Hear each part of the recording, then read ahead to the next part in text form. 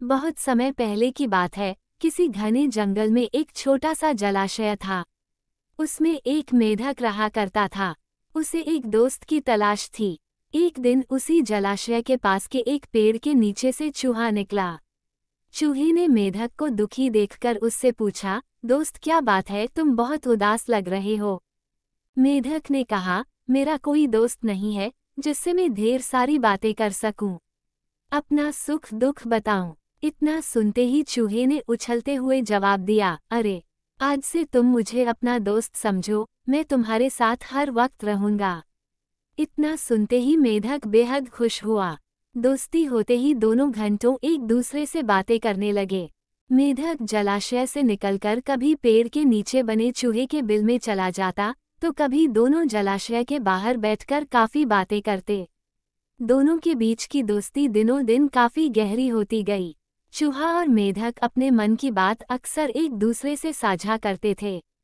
होते होते मेढक के मन में हुआ कि मैं तो अक्सर चूहे के बिल में उससे बातें करने जाता हूँ, लेकिन चूहा मेरे जलाशय में कभी नहीं आता। ये सोचते सोचते चूहे को पानी में लाने की मेढक को एक तरकीब सूझी। चालाक मेढक ने चूहे से कहा, दोस्त, हमारी मित्रता बहुत गहरी हो गई है। अब हमें कुछ ऐसा करना चाहिए जिससे एक दूसरों की याद आते ही हमें आभास हो जाए। चूहे ने हामी भरते हुए कहा, हाँ जरूर, लेकिन हम ऐसा करेंगे क्या? दुष्ट मेढक फटाक से बोला, एक रस्सी से तुम्हारी पूंछ और मेरा एक बार पैर बांध दिया जाए, तो जैसे ही हमें एक दूसरे की याद आएगी तो हम उसे खींच लेंगे, जिससे हमें पता चल जाएगा। चूहे को मेढक के छल का जरा भी अंदाजा नहीं था, इसलिए भोला चूहा एकदम इसके लिए राजी हो गया।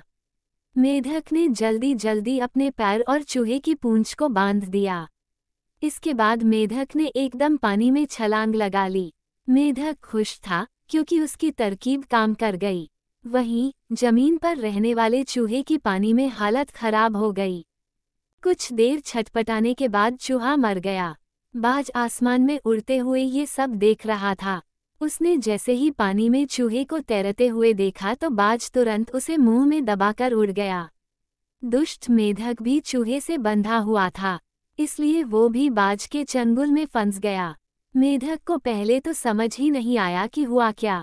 वो सोचने लगा, आखिर वो आसमान में उड़ कैसे रहा है। जैसे ही उसने ऊपर देखा तो बाज को देखकर वो सहम गया।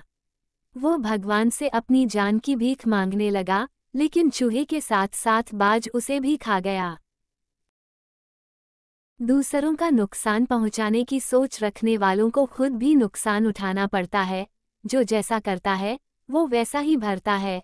इसलिए दोस्तों, दुष्ट लोगों से दोस्ती नहीं करनी चाहिए और हर किसी की हाँ में हाँ नहीं मिलानी चाहिए, बल्कि अपनी बुद्धि का भी प्रयोग करना चाहिए।